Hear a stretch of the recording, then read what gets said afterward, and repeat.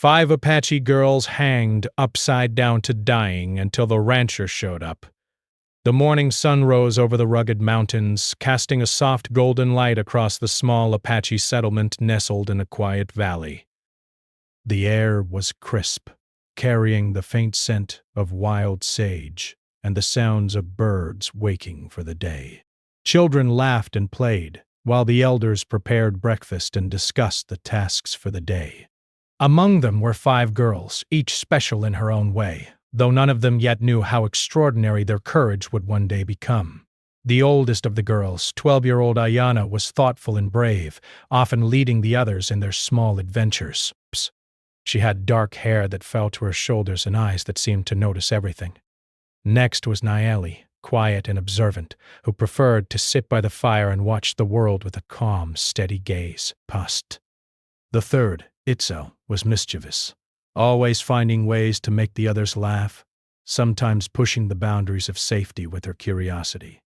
Fourth was Sitlali, kind and caring, who had a gentle way of calming arguments and soothing worries. And finally, there was Onawa, strong-willed and stubborn, often arguing with the others if she thought something wasn't fair. Together, they were inseparable, sharing laughter, secrets, and dreams. That morning, as the girls prepared to help their families, they felt the warmth of the sun on their skin and the excitement of a new day. Ayana suggested they go to the small stream nearby, a hidden place among the rocks where they could collect water and watch the fish swim. Nayeli, as usual, followed quietly, while Itzel ran ahead, her laughter echoing through the valley. Sitlali carefully gathered herbs for the morning meal, and Onawa, true to her nature, tested the balance of stepping stones over the stream, determined to prove she could cross without falling. Life in the settlement was simple, but it was not without challenges. The surrounding land was wild and sometimes dangerous. The girls had learned early how to read the signs of animals, how to listen to the wind, and how to stay close to the adults when threats approached. Their families had taught them survival skills, knowing that the mountains could be both beautiful and unforgiving. Still, despite the lessons and cautions, the girls found joy in exploring, in pretending to be adventurers or hunters, and in imagining stories of heroes and protectors. As they played, a sense of unease lingered in the air. A few days earlier, a group of travelers had passed through the valley, speaking in hurried tones about bandits moving in the nearby mountains. The elders had warned the settlement to remain alert, to keep their doors secured, and to trust no strangers. The girls, too young to fully understand the danger, nonetheless sensed the tension in the adults' voices. Still, their curiosity and youth outweighed their fear, and they continued with their morning routine. Nearby, on the edge of the valley, the rancher was already at work. His name was Jeremiah, a man respected for his strength, skill, and fairness. He was known for his deep knowledge of the land and his quiet but unwavering sense of justice. Jeremiah had no family of his own in the settlement, but he often helped the Apache community when he could, bringing supplies or lending a hand with repairs. He had seen the girls growing up, admired their energy and bravery, and kept a watchful eye from a distance, sensing the challenges that life could bring in such a harsh land. On this particular morning, Jeremiah noticed something unusual. Smoke had risen from a distant ridge, curling into the clear blue sky. He paused, squinting at the horizon, his instincts alert. In the past, smoke had often signaled danger. Fires started carelessly, or worse, outlaws using it as a signal for their movements. He frowned, his mind racing as he considered the possibilities. Still, the girls were far below in the valley, unaware of the world's harshness beyond their playful existence. Back at the stream, the girls laughed as they splashed water at each other. Itzel nearly slipped on the wet rocks, and Ayana caught her just in time. Nayeli's quiet smile brightened as she watched her friends, feeling safe for the moment in the warmth of companionship.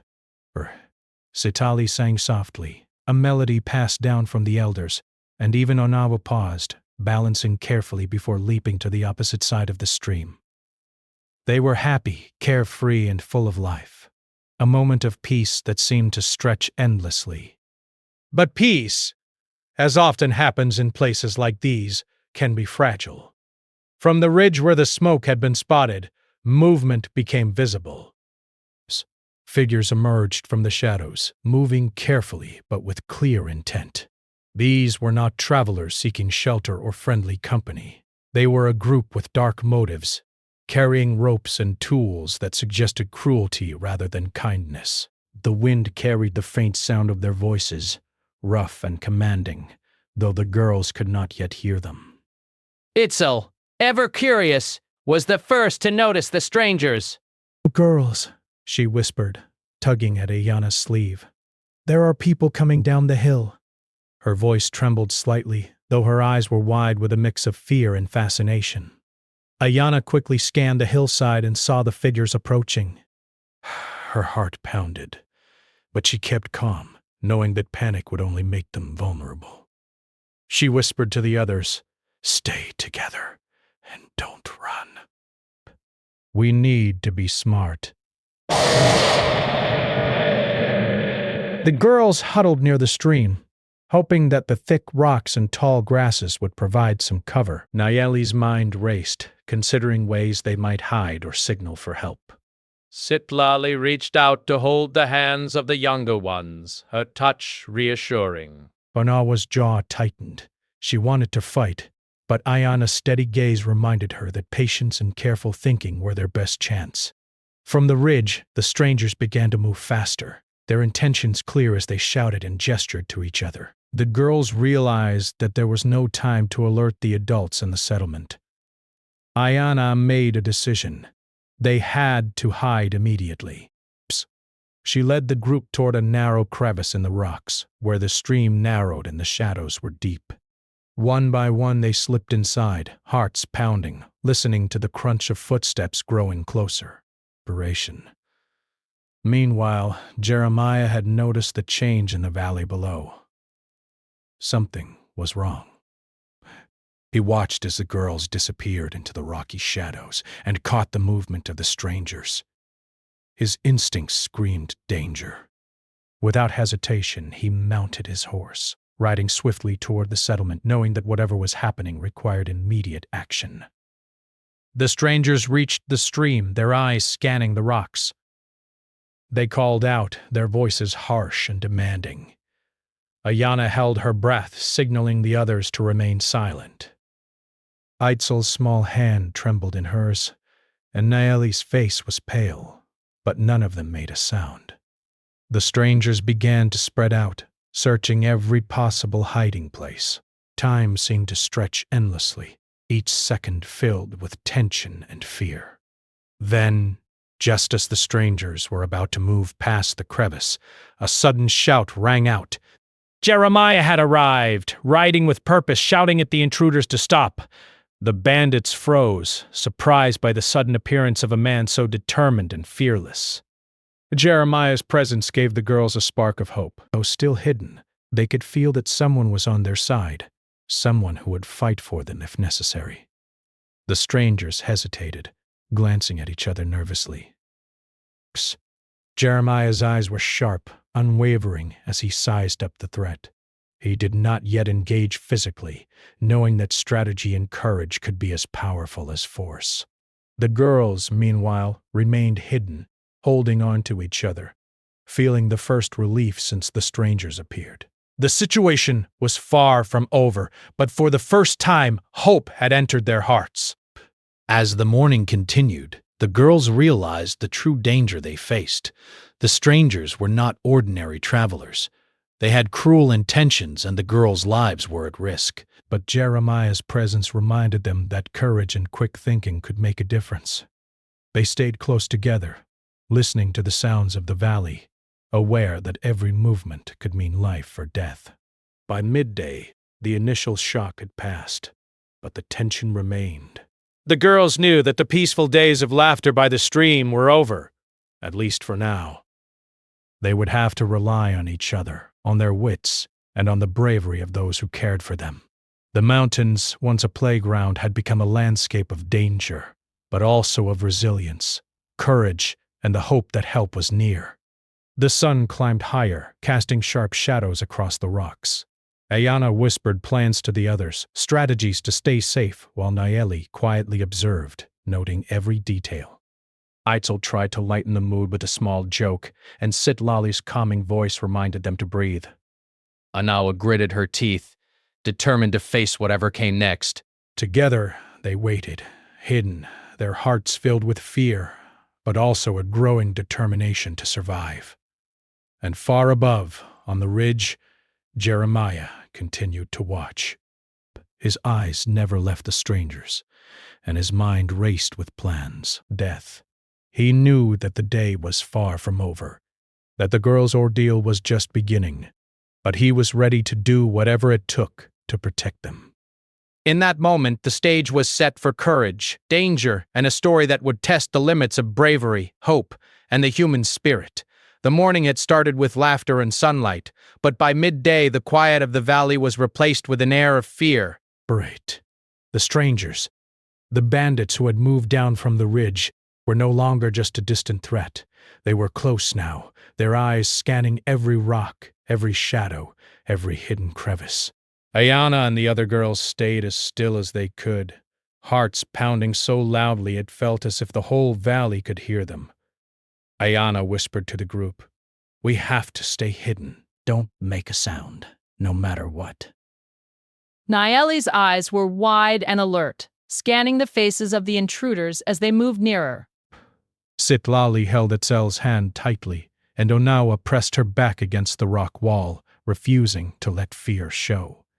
Etzel tried to whisper a joke, but Ayana shook her head firmly, reminding them that even a single sound could give them away. Despite their careful hiding, the bandits were experienced hunters. They knew the land, and their search grew more thorough with each passing minute. Breath. Suddenly, one of them spotted a small movement. A shadow shifting too quickly, a glint of hair in the sunlight. He shouted, and the others rushed toward the stream. The girls' hearts froze. This was the moment Ayana had feared. Before they could react, strong hands reached into the crevice. The girls were grabbed, pulled roughly from their hiding place, and shoved into the open. Fear exploded in their chests. The bandits were larger, stronger, and far more dangerous than they had imagined. Ayana tried to pull free, but the men's grip was firm. Nayeli tried to stay calm, but tears welled in her eyes. Itzel whimpered. Shitolali's voice shook, and Onawa struggled, yelling, "Let us go!" The bandits did not respond with words of reason. Instead, they dragged the girls a short distance to a clearing, where ropes were already prepared. Ayana's mind raced, searching for a way to escape, but every route seemed blocked. She realized the gravity of the situation. They were facing people who had no intention of letting them go easily. Braceswell, one of the bandits, spoke roughly. "Tie them up. Make sure they learn their lesson." His tone was harsh, and the girls realized that these strangers were cruel. They were tied tightly, their hands bound above their heads, and then they were hung upside down from the lowest branches of a large tree. The girls screamed, the blood rushing to their heads, making everything spin. Itzel's laughter from the morning was replaced by frightened sobs, and Sitlali tried to calm her as best she could, whispering words of comfort that did little to reach her own fear. Ayana gritted her teeth, refusing to scream. She had to think clearly if they were to survive. "Stay calm," she whispered to the others. "We have to be smart. Someone will come for us." Nayeli nodded, trying to steady her breathing, while Anawa struggled against the ropes, anger and frustration making her muscles tense. Itzel clutched Sitlali's hand tightly, tears streaming down her face. From a distance, the settlement's elders watched in horror. Word had reached them, and the community was in chaos. Mothers screamed for their daughters, fathers grabbed what weapons they had, and the young boys and men looked on helplessly. The sight of their children in danger sent shockwaves through the settlement. But the bandits were too strong, too organized. No one dared approach without risking their own lives. Breath. Jeremiah, the rancher, had arrived just in time to see the girls being taken. His face darkened with anger and determination. Beth's desk. He assessed the situation quickly. The bandits were armed and prepared to fight anyone who tried to intervene. Despero. Jeremiah knew that brute force alone might not be enough. He would need strategy, courage, and speed if he wanted to save the girls. As the girls hung from the tree, the bandits' cruel intentions became more apparent. They were not just trying to scare them, they wanted to punish them, to send a message to the entire settlement. Each girl felt the strain of their position. Their hands burned, their heads throbbed from being upside down, and their bodies began to ache. The sun was high now, beating down on them, making it even harder to think or move. Ayana's mind raced. She had to remain calm, not only for herself, but for the others. "We have to stay together," she whispered. "Don't panic. Think." Nayeli nodded, doing her best to focus. "Best." Sitlali's comforting words encouraged the others to stay steady. Anawa's stubbornness gave them a quiet courage. They would not give up. Not yet. Even Aitso, terrified and trembling, clung to her friends. Finding strength in their unity, meanwhile, Jeremiah moved cautiously toward the bandits, hiding behind rocks and using the terrain to his advantage. He knew he had to act quickly before the girls' condition worsened. Every second they hung there increased the risk of injury or worse. He scanned the scene, looking for weaknesses, listening to the bandits' movements, and considering how best to free the girls without putting them in more danger. Hours passed, though it felt like a lifetime to the girls. They endured the pain, the fear, and the uncertainty. Each one thought of home, their families, and the life they hoped to return to. They whispered small prayers to themselves, holding on to hope, even as despair tried to creep in. Ayana focused on keeping their spirits alive, encouraging small moments of hope. "Look," she said quietly. "The shadow moves. Someone is coming." "We're not alone." The sound of approaching footsteps filled the girls with a mixture of fear and hope.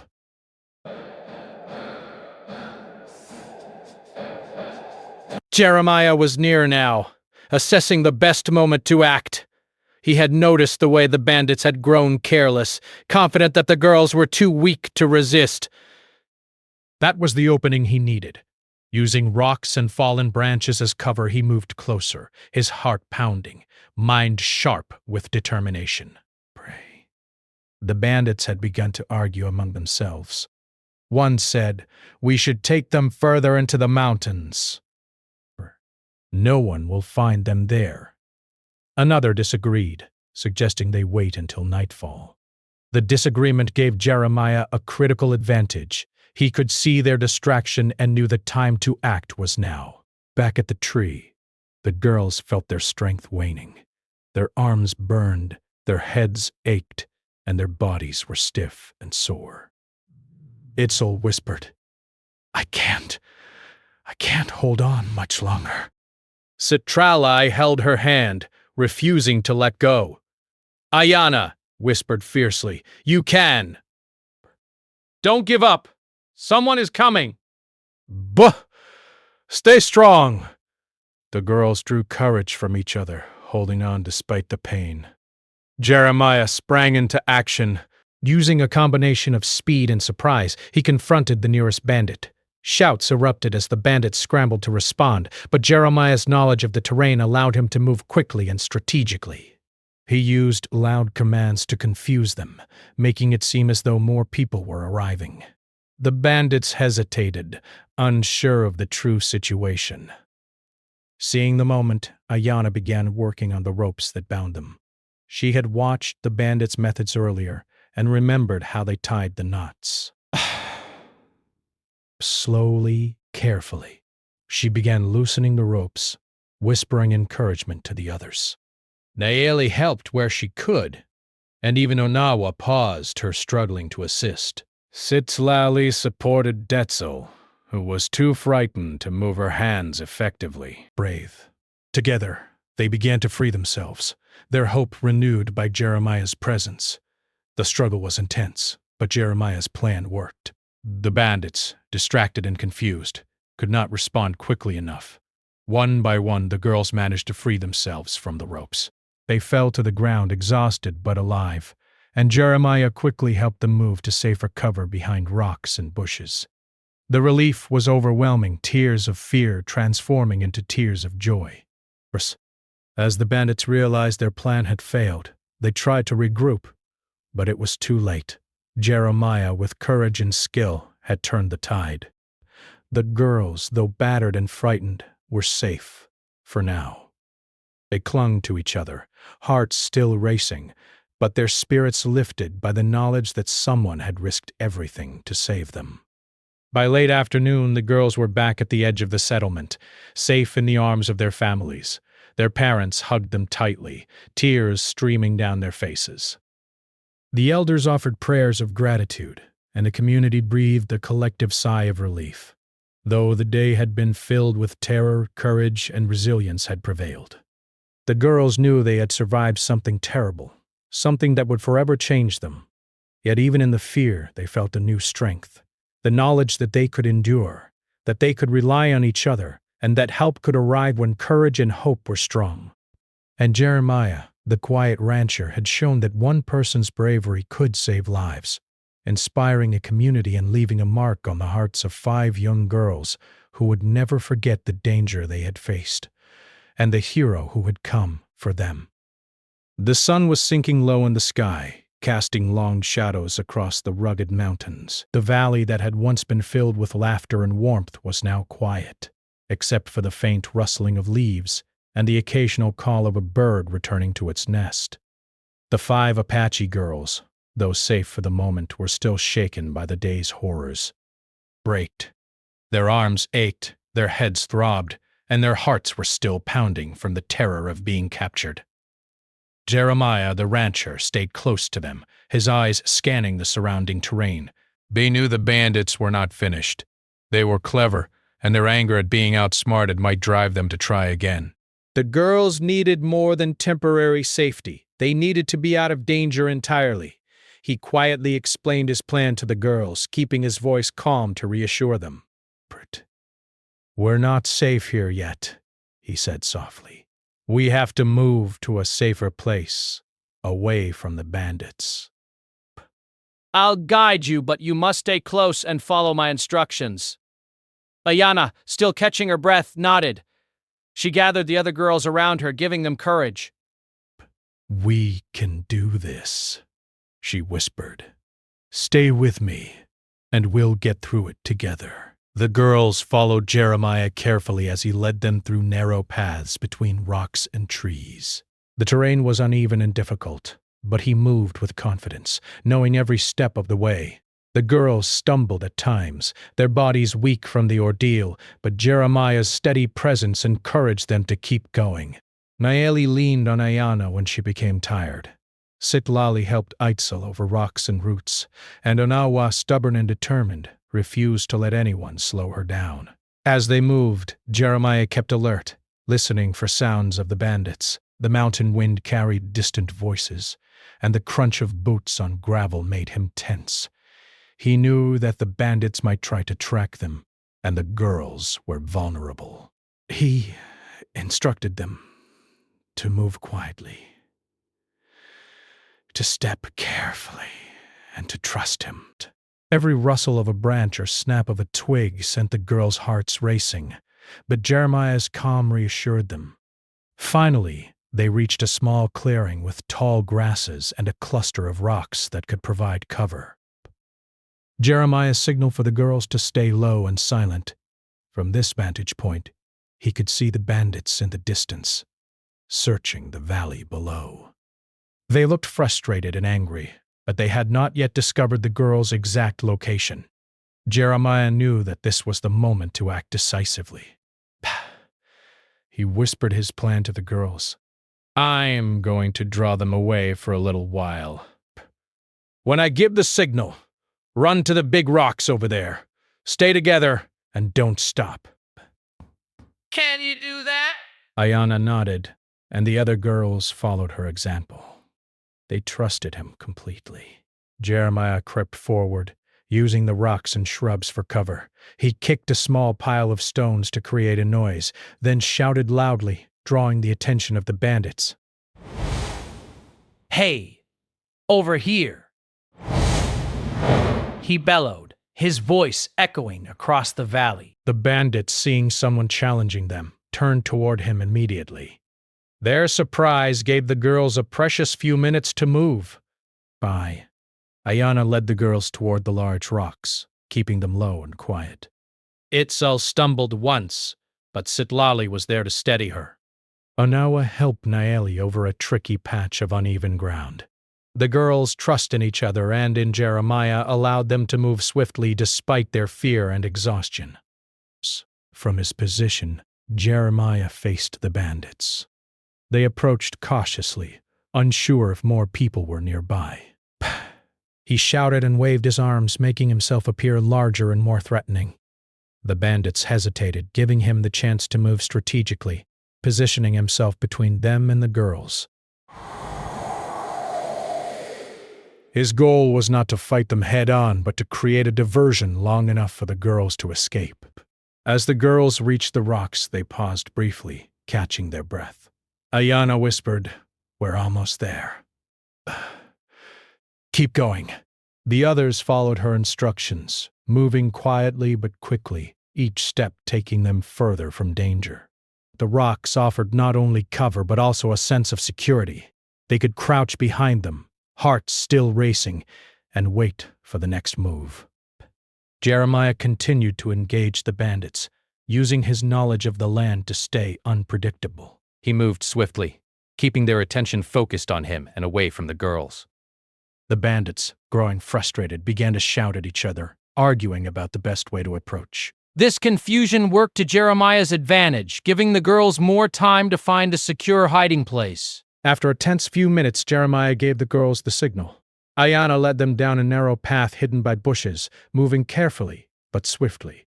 The path led to a small cave that Jeremiah knew of, a place that would provide shelter and safety.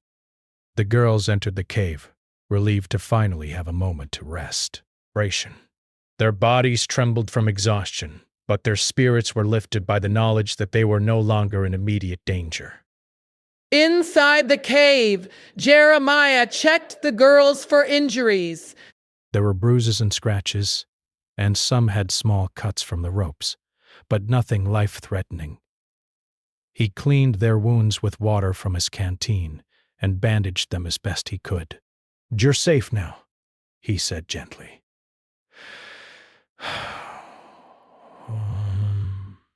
"We'll stay here until the bandits leave. Then we'll head back to the settlement together." The girls nodded, feeling a sense of relief they hadn't felt all day. As they rested, Ayana looked at Jeremiah.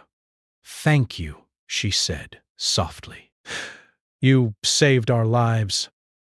Jeremiah shook his head, his expression serious. "I just did what anyone should do," he said. "The important thing now is to stay alert. The danger isn't over yet." The girls understood. Even though they were safe for the moment, the valley was still their home, and they would need to be careful until the bandits had moved on. Outside the cave, the sun was setting, painting the sky with shades of orange and pink. The shadows grew long, and the temperature began to drop. Jeremiah knew they couldn't stay in the cave all night. It would be too risky. He waited until the bandits were out of sight, then carefully led the girls back through the valley. They moved slowly, each step measured, using the knowledge of the land to stay hidden. Along the way, the girls began to talk quietly, sharing their thoughts and fears. Ayana spoke of how she had tried to stay calm, how she had encouraged the others. Nayeli shared how she had watched and learned from her friend's courage. Sitlali spoke of comforting Itzel, who had been terrified, and Onawa admitted how her stubbornness had helped her endure. Even Eitzel, the youngest, found her voice saying, "I was scared, but I didn't give up because you were all with me." Jeremiah smiled quietly, proud of the girl's resilience. "You were all very brave," he said. "Today you learned something important. You can face danger and survive. But remember, courage doesn't mean not being afraid. Buff, it means acting even when you are afraid." The girls nodded, absorbing his words, understanding that bravery was not just about fighting but also about staying strong and supporting each other. As they neared the settlement, the girls' families came into view. Mothers ran toward them, tears in their eyes, while fathers and elders followed closely, relieved beyond words. The girls ran the last few steps into their families' arms, exhausted but safe. The community gathered around, offering comfort, prayers, and gratitude. Jeremiah stayed back slightly, watching the reunion quietly. He had done his duty, but he didn't need recognition.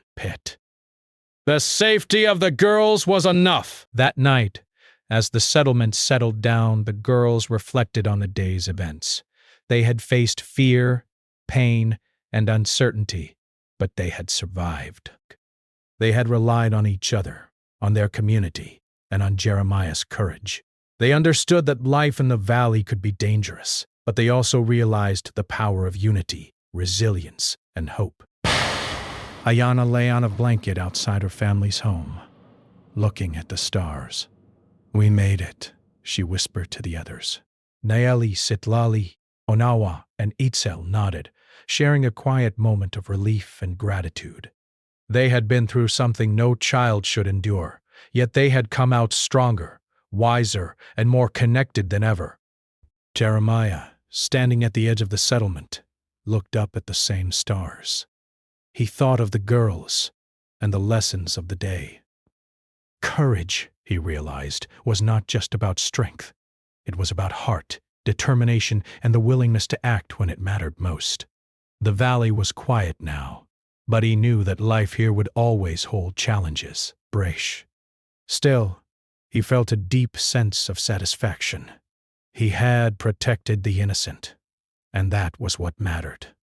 By dawn the next day, the girls were awake, helping their families with small chores, sharing stories of their survival, and slowly returning to normal life.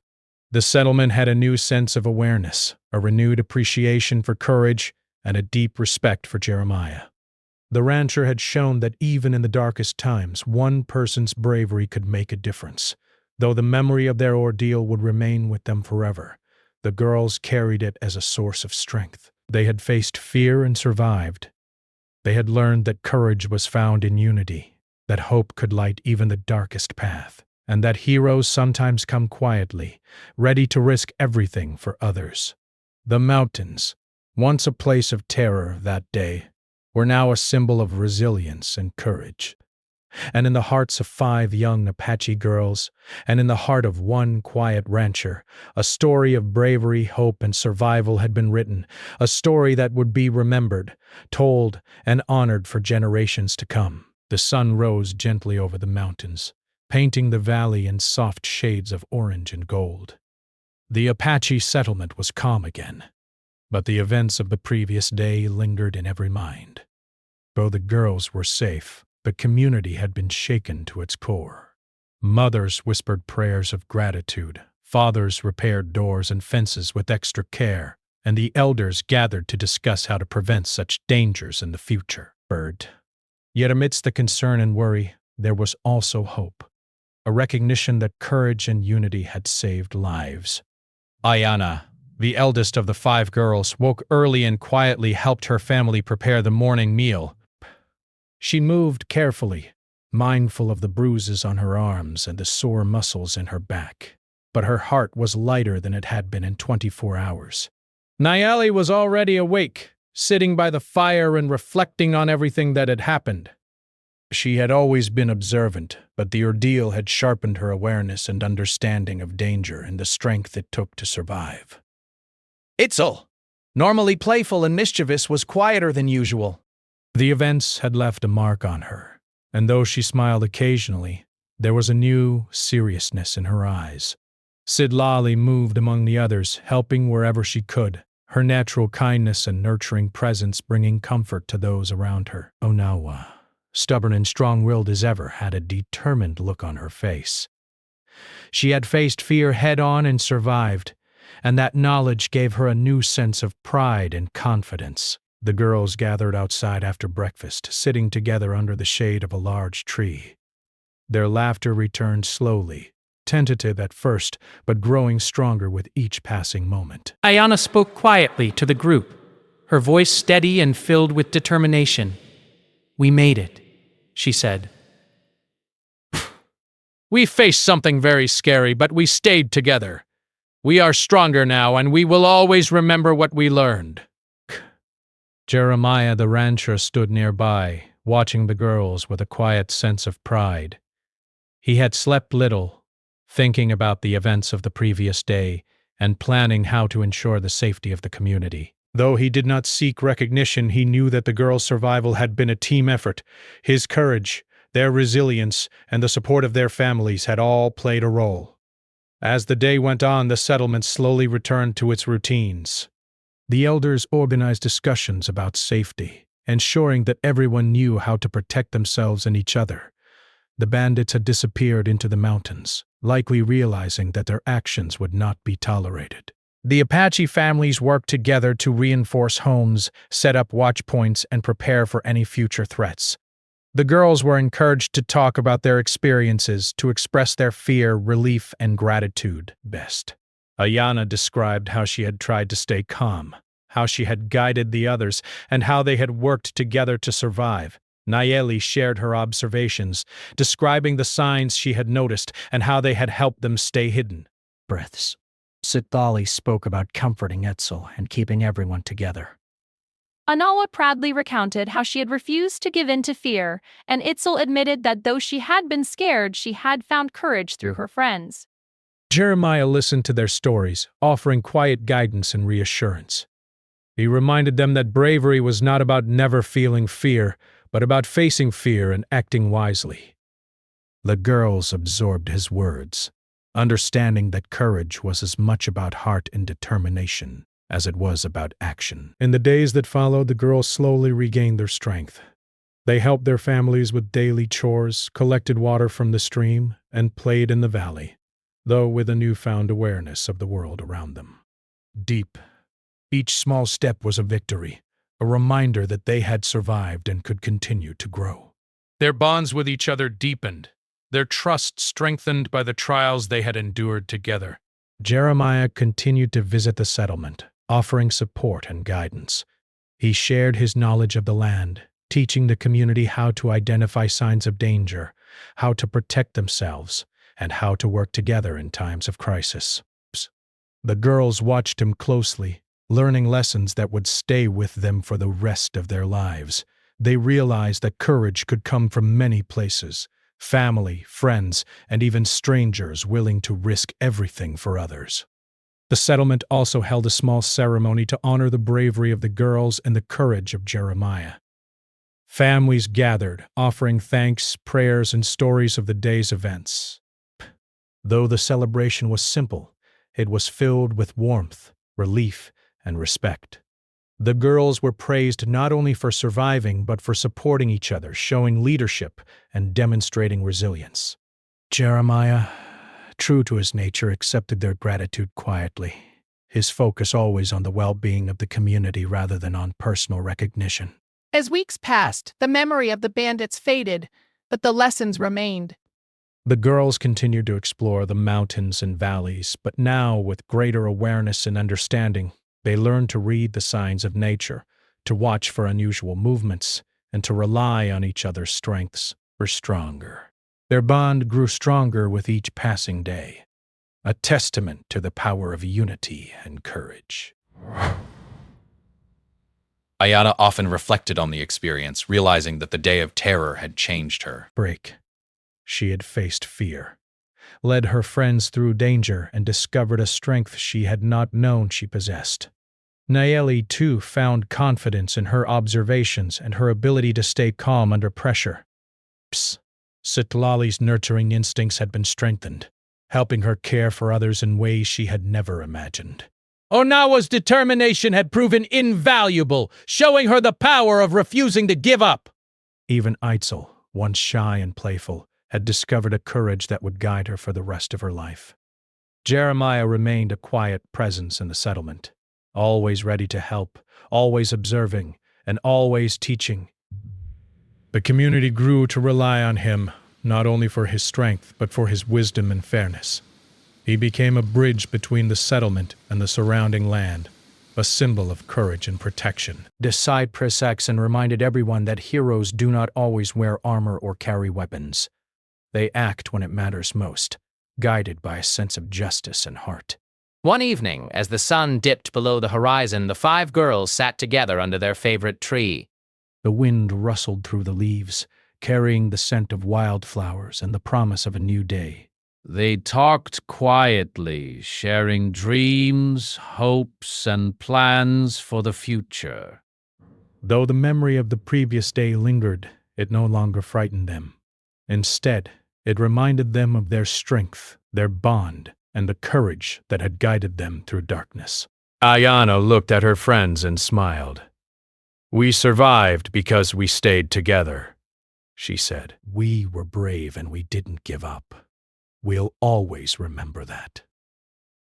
The others nodded, understanding that their survival was not just about luck, but about courage, teamwork, and the willingness to act when it mattered most. Jeremiah watched from a distance, quietly proud. He knew that the girls had learned lessons that would last a lifetime. Courage, resilience, and hope were not just words. They were values that could guide them through any challenge. The valley, once a place of fear and uncertainty, had become a place of learning, growth, and strength. The community continued to thrive, more united than ever. The elders shared stories of bravery and survival with younger children, ensuring that the lessons of the girls' ordeal would be remembered for generations. The girls themselves became examples of courage, showing others that fear could be faced and overcome with determination, friendship, and hope. As the seasons changed, the valley returned to its natural rhythm. The girls grew stronger, wiser, and more confident. They explored the mountains with care and curiosity, always remembering the day they had hung in fear, but survived because they stayed together and trusted in the courage of others. Jeremiah remained nearby, a quiet protector, always ready to step in when needed, but never seeking recognition. The story of the 5 girls and the brave rancher spread quietly throughout the surrounding valleys. It became a tale of hope, courage, and the power of unity. People spoke of the girls' resilience, of their ability to stay calm and support each other, and of the quiet heroism of the man who had risked everything to save them. Years later, the girls would look back on that day as a turning point in their lives. They had faced real danger, but they had learned the value of courage, trust, and friendship. They had discovered that even in the darkest moments there is hope and the possibility of salvation. And they had learned that heroes can be found in unexpected places, sometimes in a quiet rancher, always willing to act when it mattered most. The mountains stood as silent witnesses to the events, rugged and beautiful, reminding everyone who lived there of the trials that could be faced and the strength that could be found. The girls' laughter returned fully, mingling with the sounds of the valley, a testament to life, resilience, and the enduring power of hope. And though the memory of fear remained, it was no longer a source of despair. It had been transformed into strength, courage, and a deep appreciation for life, family, and community. The 5 Apache girls had survived, had grown stronger, and had learned that bravery was not the absence of fear but the choice to act despite it. Jeremiah continued his quiet work in the valley, tending his land and watching over the community. Though he rarely spoke of his actions, everyone knew what he had done and what he represented: courage, integrity, and the willingness to protect those who could not protect themselves. The valley had been forever changed, not just by the danger that had come, but by the bravery that had responded. The story of that day became a cherished memory, a lesson passed down to future generations. It reminded everyone that even in moments of great fear, courage and hope could prevail. The 5 girls grew into women who carried these lessons with them, strong, compassionate, and brave. And in the heart of the valley the mountains remained, a timeless witness to the day when fear was faced, lives were saved, and courage triumphed.